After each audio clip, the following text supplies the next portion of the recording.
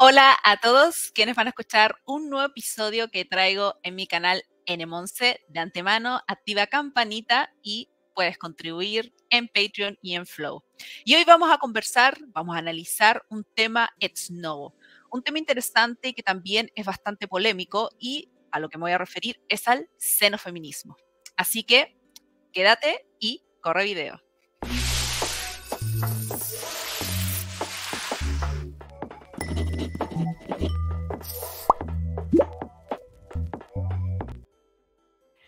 Es así como vamos a analizar un tema realmente interesante a raíz de una de las lecturas en una biblioteca que encontré en Irlanda y que tiene que ver con el manifiesto del xenofeminismo. ¿Qué es el xenofeminismo?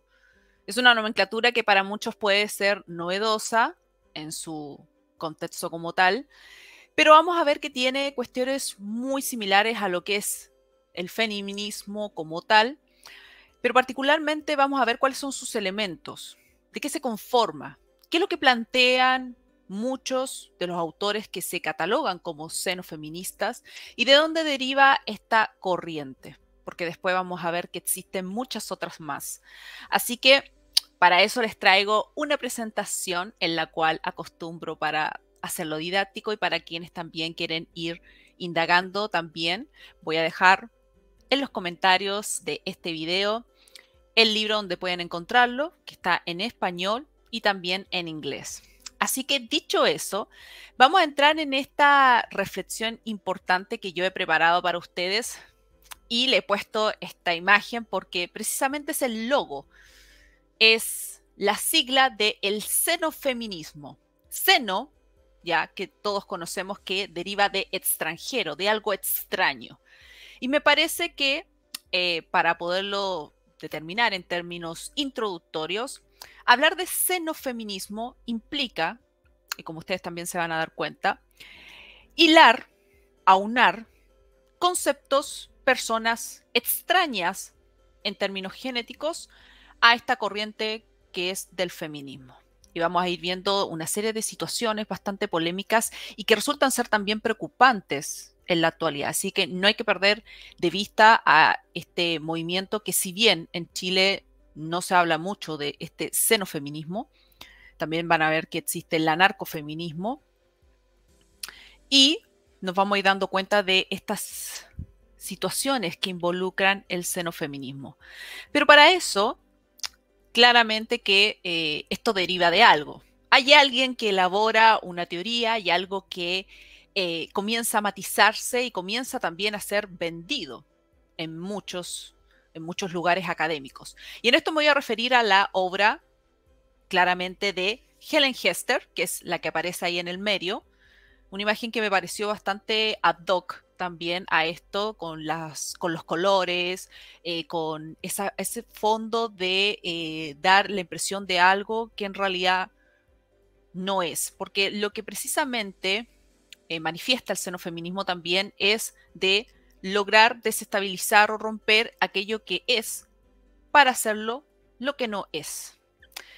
Y esa es la obra que ustedes ven ahí a mano izquierda, que es el xenofeminismo, tecnologías de género y políticas de reproducción. Tiene su traducción, también está en inglés. Y el libro que yo encontré y que me resultó interesante y dije, de esto tengo que hablar en algún momento, pero para eso hay que ir leyendo, es el que aparece en la parte derecha, ya que es el manifiesto del xenofeminismo y que está redactado por este colectivo, un colectivo xenofeminista que es Laboria Cubonics.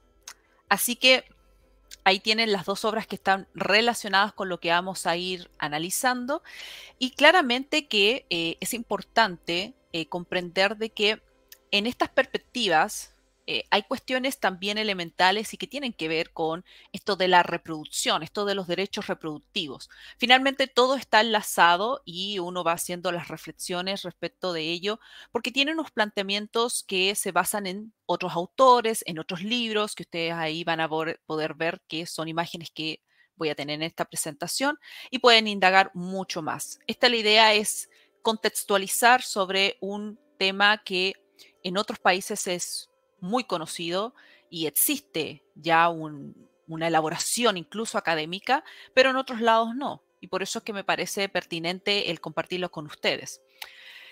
Ahora, ¿cuáles son los elementos que conforman este xenofeminismo? Son tres. Tenemos el tecnomaterialismo, el antinaturalismo y el abolicionismo del género.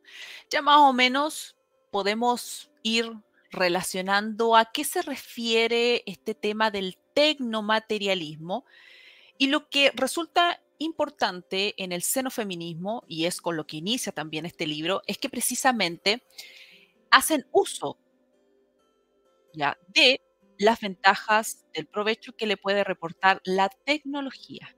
¿Y por qué es tan importante esto? Y aquí me quiero detener un poco antes de leerles la cita.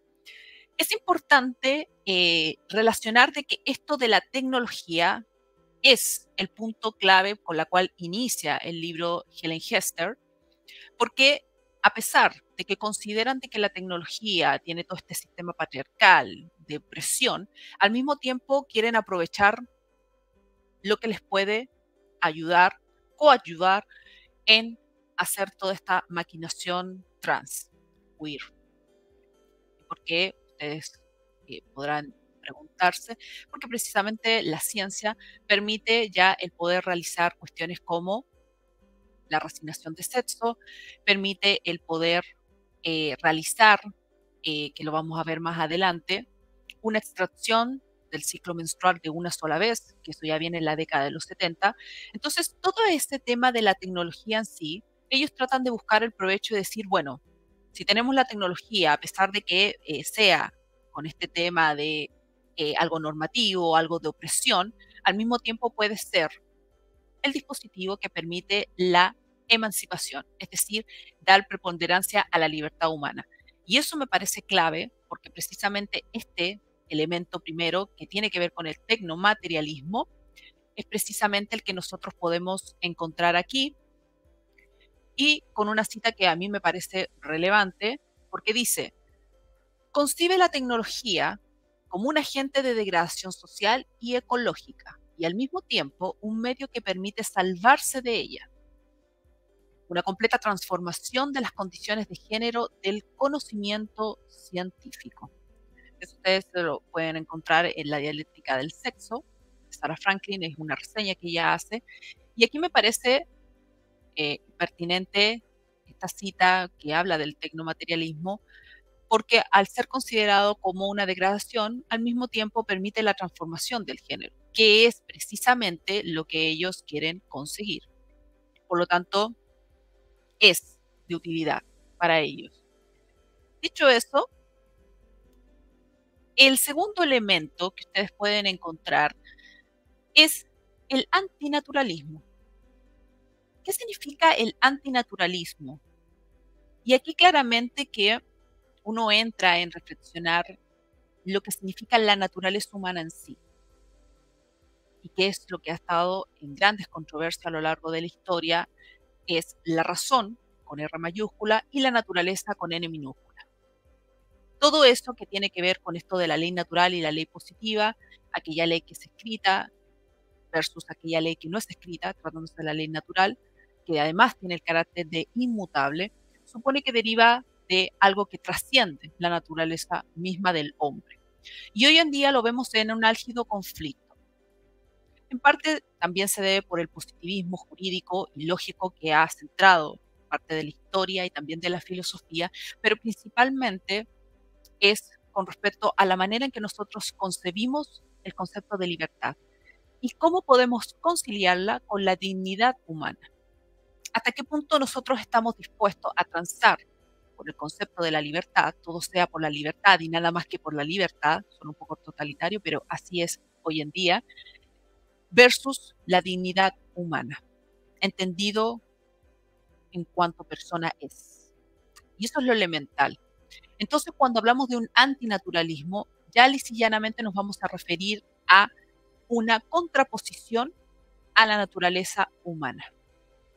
Y eso tiene que ver con la parte biológica, la parte genética y los sexos, claramente. Dicho eso, entonces, nos damos cuenta de que acá en el antinaturalismo, la naturaleza como espacio de conflicto, ya es un espacio de conflicto. De hecho, utiliza mucho la palabra batalla. Entonces, hay algo que no está en armonía y que constantemente está en fricciones. Por lo tanto, en una batalla, uno de los 2 tiene que ganar, claramente. Y por eso vuelve acá la tecnología a tomar una preponderancia importante, porque dice: "La naturaleza como espacio de conflicto atravesado por la tecnología puede ser alterado". ¿Por qué? Porque precisamente ya la naturaleza, esa ley natural inmutable, ya no lo es, y por lo tanto lo que necesitamos ahora es velar por esa libertad humana, esa libertad que a nosotros nos emancipa, nos libera. Pero al mismo tiempo, en esa liberación, no significa solamente aceptar o respetar que una persona piense o no, o que se quiera manifestar o autopercibirse de una manera o no, sino que acá implica una imposición de una determinada forma de pensar. Y citando a Jacques Maritain, un gran filósofo eh, importante en el siglo XX, ya señalaba de que el hecho de que una ideología, una forma de pensar se imponga sobre la otra, lisa y llanamente genera conflictos que resultan ser irreconciliables en cuanto a derechos nuevos y a los derechos antiguos. Derechos antiguos, que son derechos que emanan de la naturaleza humana, dentro de las cuales se encuentra el derecho a la vida, y de la cual también vamos a hacer una reflexión en lo que implica para el xenofeminismo un concepto tan claro como el ABDTO o interrupción, para evitar si hay alguna complicación de censura, porque son cuestiones que están relacionadas. Y aquí ya se manifiesta que puede ser alterado. De hecho, vamos a ver una declaración bastante polémica y que existe, que ustedes también pueden encontrar, que se hace respecto a esta alteración de la naturaleza. Y aquí voy a citar una frase de Shulamit Firestone, de la dialéctica del sexo, donde dice: liberar a las personas de la tiranía de la reproducción por todos los medios posibles. Fíjense ustedes lo que significa el liberar a las personas de todos estos medios reproductivos como sea posible, de todo lo que significa el sexo y al mismo tiempo de lo que significa las funciones que ya lo señalaba Simone de Beauvoir cuando declara que la mujer no se nace sino que se hace, estas funciones de maternidad, de dar a luz, que son meramente funciones sociales, construcciones sociales que no determinan a la mujer. Cuestiones como esas son las que comienzan a tocar la puerta porque hacen un llamado a estas cuestiones que incluso tienen aspectos claramente de bioética. Por lo tanto, siguiendo con este segundo elemento, aquí se señala por Laboria Kubonitz, que también ya lo había indicado, ya dice, decir que nada es sagrado, que nada es trascendente o inmune a la voluntad del saber, retocar o hackear. Es decir, nada es sobrenatural. Y esto claramente es de vital importancia porque claramente que permitir concebir a la naturaleza como algo mutable permite precisamente ganar un espacio en la política emancipatoria. Y eso es evidente. El punto es que acá claramente que se ven cuestiones elementales por las cuales uno tiene que tener la alerta y ver hasta qué punto esto está siendo realmente viable y no vaya a perturbar la libertad de los otros. Y el tercer elemento, que ya tienen que saber a qué se refiere por el título mismo, dice abolicionismo de el género. ¿Qué significa eso? Deshacer el género, pero no tan solo deshacerlo, sino que convertirlo en algo mejor.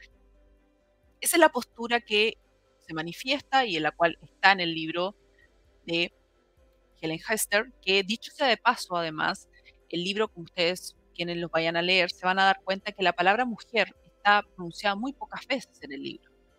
Y van a darse cuenta que tiene más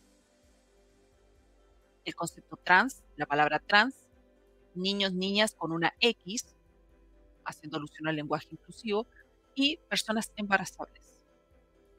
Y eso también da alerta de que no tan solo estos movimientos persiguen esa liberación que hacen alusión, sino que además el acabar con el sexo femenino. Es una evidente violencia lingüística que se puede ver. Y además se señala que las diferencias genitales deben ser y pasan a ser al mismo tiempo algo meramente neutral, porque no está relacionado con la identidad, no está relacionado con lo que la persona es efectivamente y se siente como tal. Y así es como Laboria, este complejo ser feminista, declama con signos de exclamación que florezca un centenar de sexos.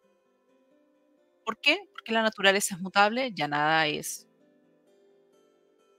inmutable, ya nada es algo fijo, no hay algo que no se pueda alterar, sino que todo esto es alterable y la tecnología aporta un gran beneficio para ellos. Por eso el tecnomaterialismo.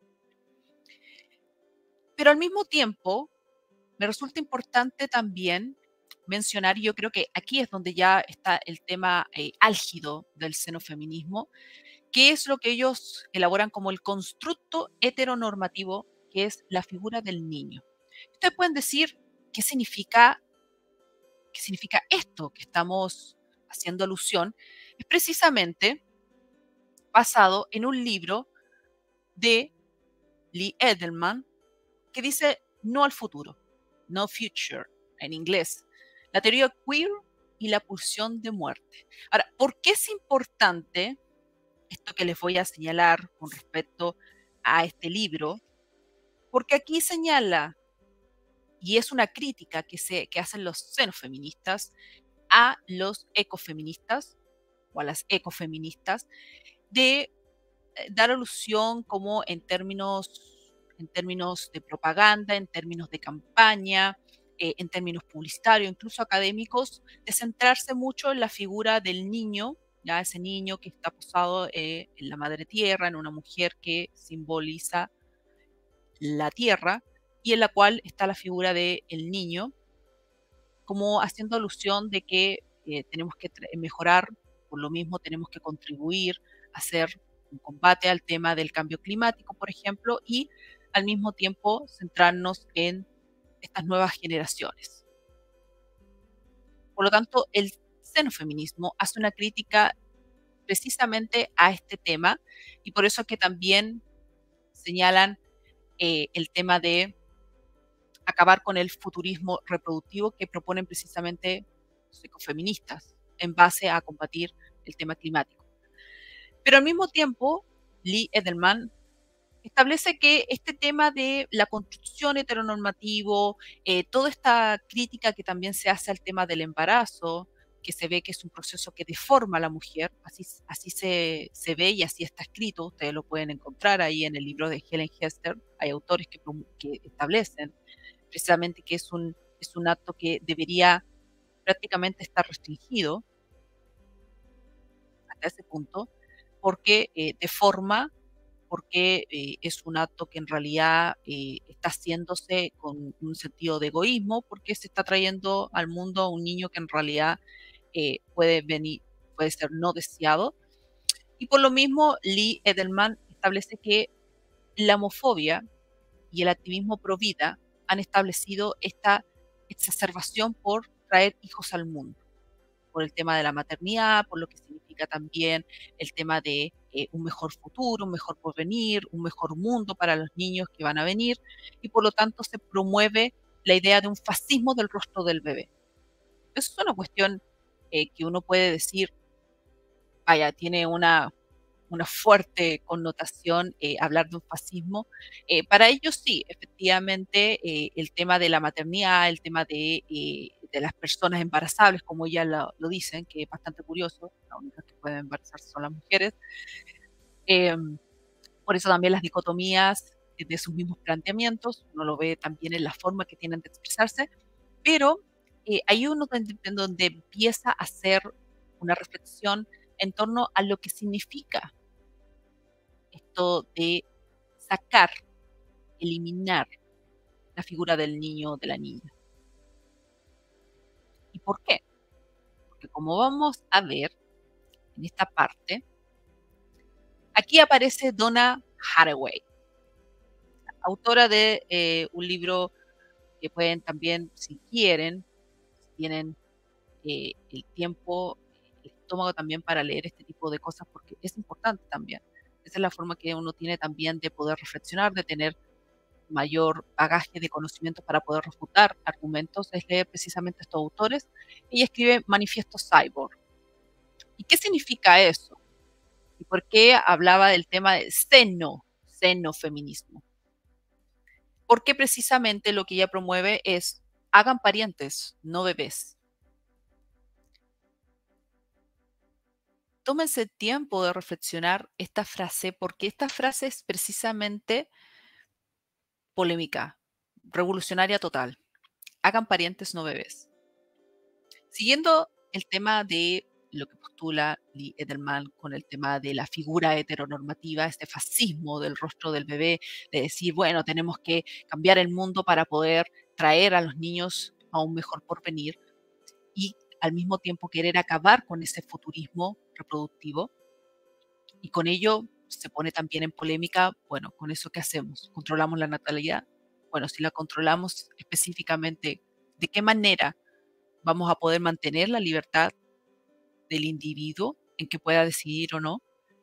Esas son cuestiones que siguen poniéndose en la palestra y siguen siendo debates bioéticos, que lamentablemente no están resueltos del todo y no resulta tener una solución muy fácil. Y en esto de que señala Haraway, no hagan parientes, eso significa que al sacar el tema del niño, que es un tema genético, un tema biológico, comenzamos a construir y al mismo tiempo deconstruir el concepto de familia. ¿Por qué? Porque con eso ya la familia comienza, por eso que también el tema de las familias ensambladas y todo comienza a tener un protagonismo, por eso que en las constituciones de muchos países ya se habla de familias, ya, porque eso implica el relacionar esta unión, ya no como familia, sino que vínculos con personas tanto genéticas como no genéticas. ¿Para qué? Para dar preponderancia a las personas trans, para permitir que los queer en este caso tengan una cabida, porque ya no estarían unidos por un vínculo. Lo que claramente también traería complicaciones enormes a futuro, pero estos análisis no están en el libro. Esos análisis uno lo empieza a hacer cuando comienza a reflexionar sobre estas declaraciones tan importantes como las que hace Donna Haraway. ¿Y por qué? Porque precisamente ellos promueven un parentesco xenofeminista. Xeno, no que olviden esa frase, esa expresión griega xeno, que es extranjero, extraño. Y dice acá, debemos alentar la posibilidad de concebir nuevos futuros, más allá del hogar, la familia y el niño, tal como lo conocemos.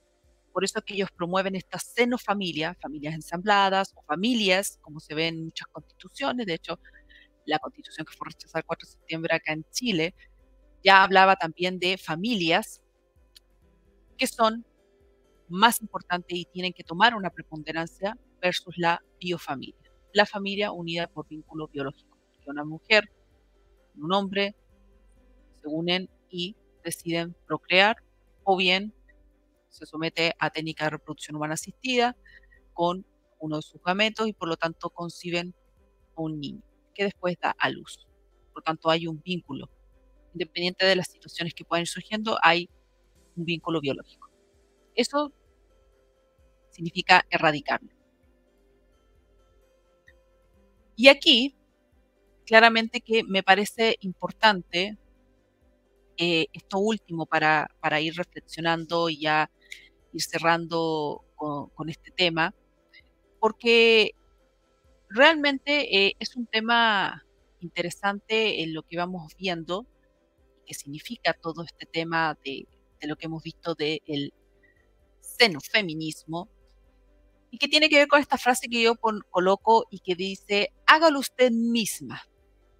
Ustedes lo van a ver en el texto que dice una X, ya no vamos a entrar en el juego del lenguaje inclusivo, de hecho resulta ser muy molesto leer libros así, pero bueno, hay que hacerlo porque está el libro escrito de esa forma. Pero esta frase a mí me parece importante porque es también sobre la base de lo que ellos también quieren perseguir, como este movimiento xenofeminista.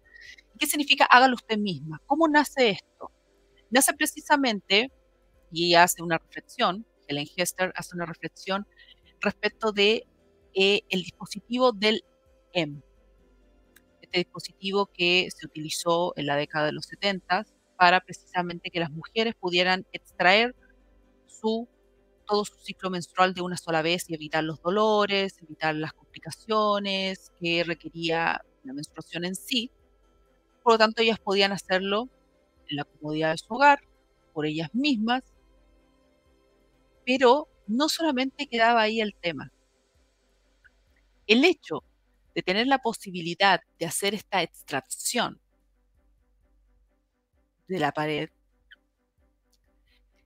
del útero trajo otra situación para estas mujeres. ¿Y cuál fue? Fue precisamente el tema de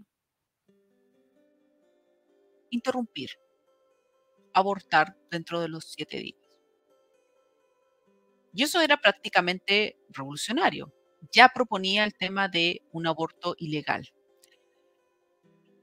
Y de hecho, esto sale en paralelo con el libro Nuestros cuerpos, nuestras vidas, Our Body, Ourselves, de 1971. Ese libro, que es el que les coloqué acá a mano izquierda, es antiguo, es un libro del año 1971, 2 años antes del caso Roe versus Wade, este caso polémico que discute el tema del aborto en sí. Porque precisamente este libro, este texto de 1971, nace como prácticamente un libro de autoayuda para todas las mujeres, ya que pudiesen aplicarse por sí mismas este implemento, el TEL-M, este dispositivo que ustedes pueden encontrar también en internet cómo funciona, que permitía extraer. Pero al mismo tiempo daba la posibilidad que uno pudiera extraer si es que no quería ser madre. Ahí viene el cuestionamiento importante.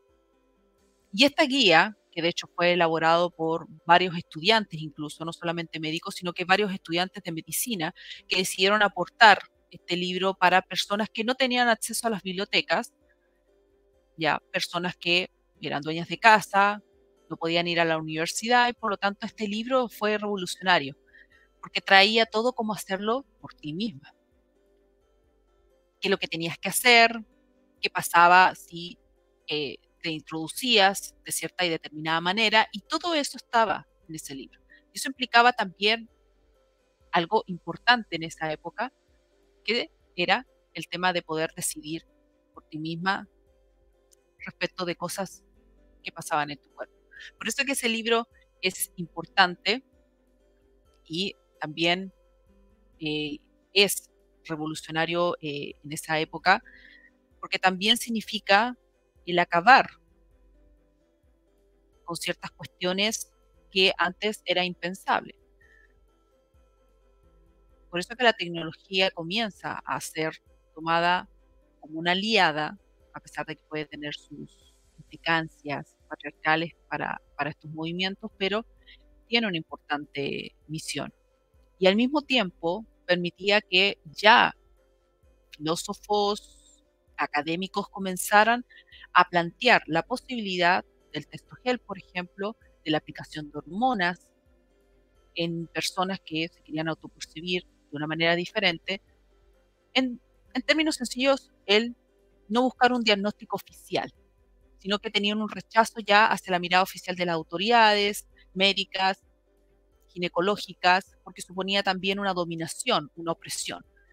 Y eso está muy hilado a todo esto que escribe Helen Hester, porque precisamente lo que quiere conseguir es que la tecnología y al mismo tiempo todas estas autoayudas, que ella utiliza mucho esa palabra, entre todos, no estamos basando acá solamente en mujeres, sino que en personas trans, puedan ellas mismos,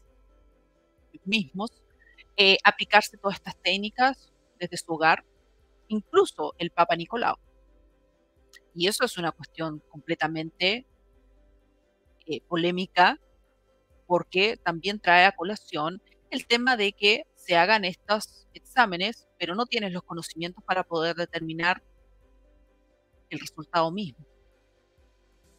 Sin embargo, el hecho de que existan estos mecanismos de autoayuda, que hayan foros y que también hayan académicos que escriban sobre eso, gente del área de la medicina que decida coadyuvar en ello, permite de que tú ya te empieces a desligar de ello y puedas someterte tranquilamente desde tu hogar a técnica o aplicación o inyecciones de hormonas.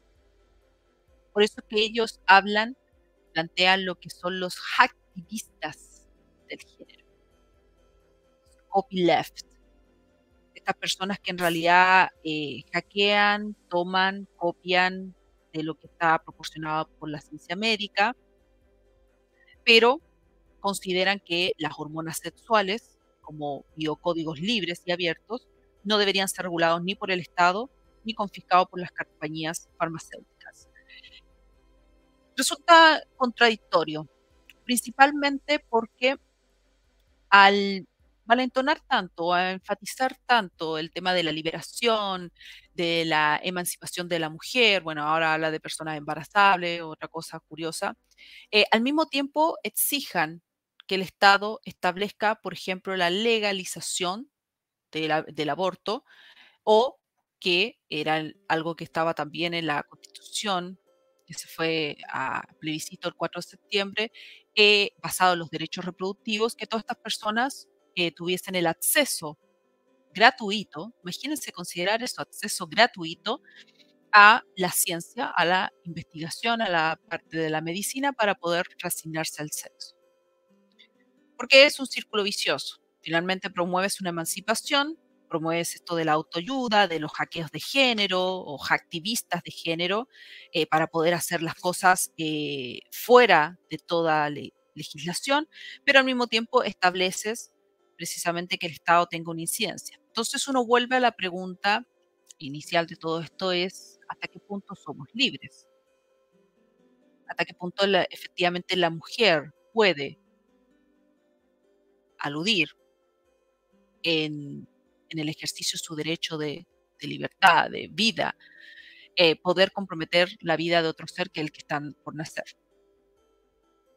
Y es un elemento inhumano, el acto mismo de querer interrumpir el embarazo. Por lo tanto, tú dices, ¿cómo es viable que uno pueda hacer alusión del ejercicio de un derecho cuando estás comprometiendo otro derecho?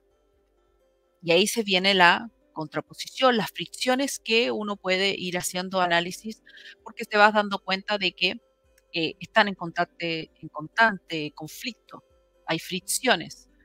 Y eso también tiene que ver con el área de filosofía que, bueno, ahí después vamos a ir complementando y analizando más detenidamente. Entonces, todos estos procedimientos es lo que Helen Hester acuña como el concepto de justicia reproductiva. Habíamos escuchado de la justicia social, pero ahora es justicia reproductiva. Hay que hacerla queer.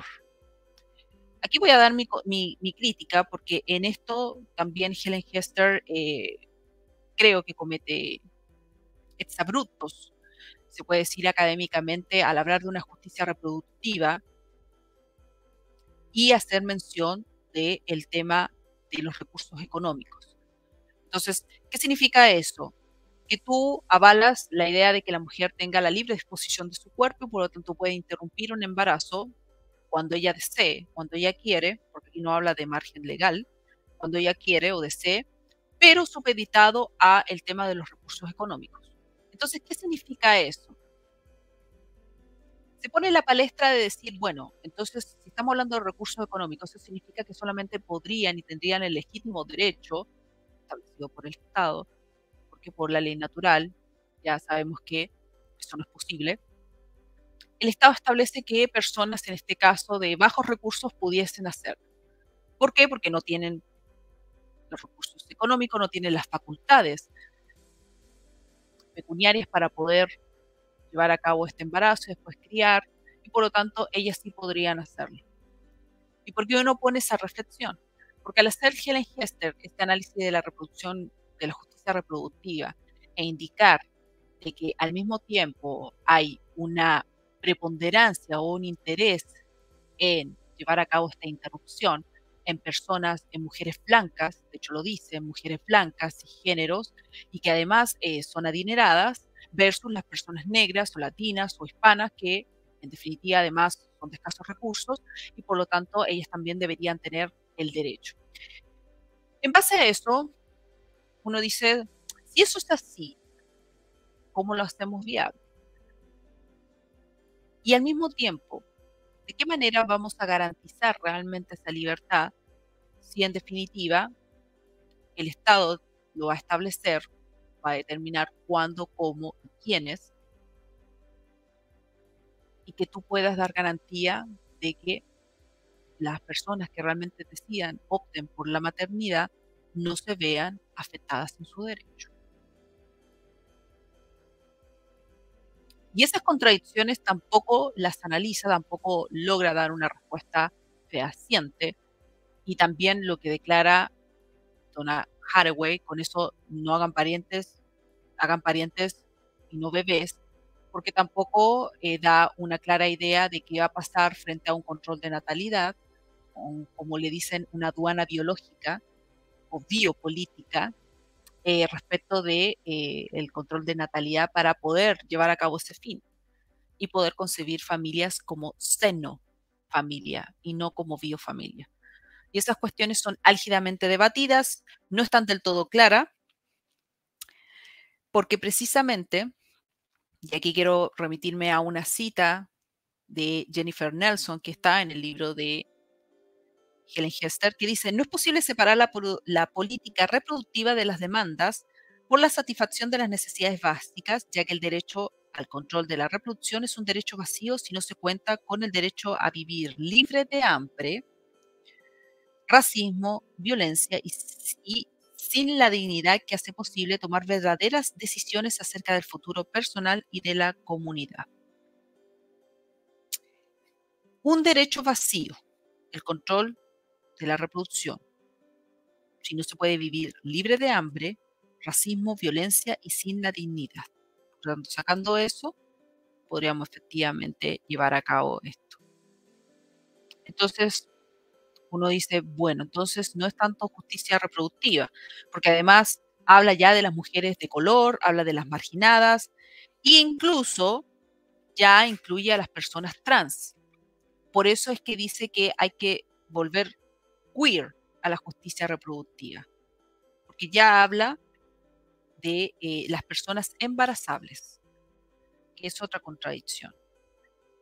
Por un lado, está promoviendo la idea de la mujer y su libertad emancipatoria de poder disponer libremente de su cuerpo, y después hablas de las personas trans. ¿Por qué esto también de las personas trans? Es precisamente por otro libro que también ustedes pueden encontrar, que es Transbody, Transself, que es precisamente cuerpos trans, personas trans, un recurso para la comunidad transgénero, del año 2014. Y que también establece este espacio que hay que darle en toda esta cuestión que hemos estado hablando. Por eso que ella ya utiliza la palabra de personas embarazables. Ahora bien, la reflexión que dejo como finalización de esto y que tiene que ver nuevamente con esto del aborto, la interrupción, es precisamente el llegar al planteamiento, la teoría que ha de ser necesario seguir analizando, seguir reflexionando, que es respecto de si no es una estrategia para los senos feministas y para el feminismo en general, el legalizar, el dar tanto afán de preponderancia al tema del aborto como una estrategia para poder acabar con uno de los puntos por los cuales las personas trans no pueden lidiar, que es precisamente el gestar, el dar a luz. Y bien puede ser perfectamente una teoría, una estrategia para poder llevar a cabo esto, principalmente también por esto de acabar o de erradicar esta figura del niño, de la niña, porque es algo heteronormativo, y permitir que en realidad las familias sean concebidas tanto genéticas como no genéticamente. Por tanto, son muchas las cuestiones que uno tiene que reflexionar. Me parece pertinente y también necesario el conocer distintas vertientes, aun cuando son muchísimas, porque también van poniendo más piezas en este gran puzzle, pero todo radica también en nuestro concepto que ha ido prácticamente evolucionando de forma eh, tergiversada, si se puede decir, que es con respecto al concepto de libertad. Y principalmente la forma en que se conciben los derechos del hombre, los derechos humanos en sí. Que claramente ahí vamos a ver con el profesor Marcelo Bartolini qué pasa con ese tema de los derechos humanos, esos derechos y la distinción importante que es respecto de su posesión y de su ejercicio. De qué manera yo puedo avalar, de qué manera yo me puedo sustentar en que estoy haciendo uso y ejerzo mi derecho, y por lo tanto el Estado me lo debe reconocer, sin que yo vulnere un derecho de otra persona, que en este caso de la vida del que está vulnerable. O en el caso de las personas criminales, delincuentes, que precisamente vulneran derechos y por lo tanto se les priva de un derecho. No en cuanto a personas, porque ellos siguen siendo personas en cuanto son, sino precisamente por el hecho de que han vulnerado y han ido en contra de lo estatuido en un orden institucional. ¿Y por qué uno pone ese tema? Porque precisamente también hoy en día vemos gente que incluso académicos promueven de que los delincuentes, los criminales tienen derechos humanos y por lo tanto tendrían derecho a votar y, por qué no decirlo, a poder, en este caso, vivir como reyes en las cárceles. Eso y otras cosas que pueden sacar ustedes sus conclusiones, pero mi idea era precisamente dejarles esta reflexión del xenofeminismo y ahí ustedes pueden ir investigando más, pueden buscar también los libros y agradecer también por la instancia de estar en este episodio, en este análisis sobre un tema poco conocido, pero al mismo tiempo muy interesante para poder hacer frente a todos estos discursos y también a todas las polémicas que surgen no en el área netamente cultural, sino también en el área bioético. Así que muchas gracias y nos estamos viendo en un próximo episodio. No olvides suscribirte y también contribuir, aportar, donar a este trabajo en Flow o en Patreon. Así que nos estamos viendo. Chao, chao.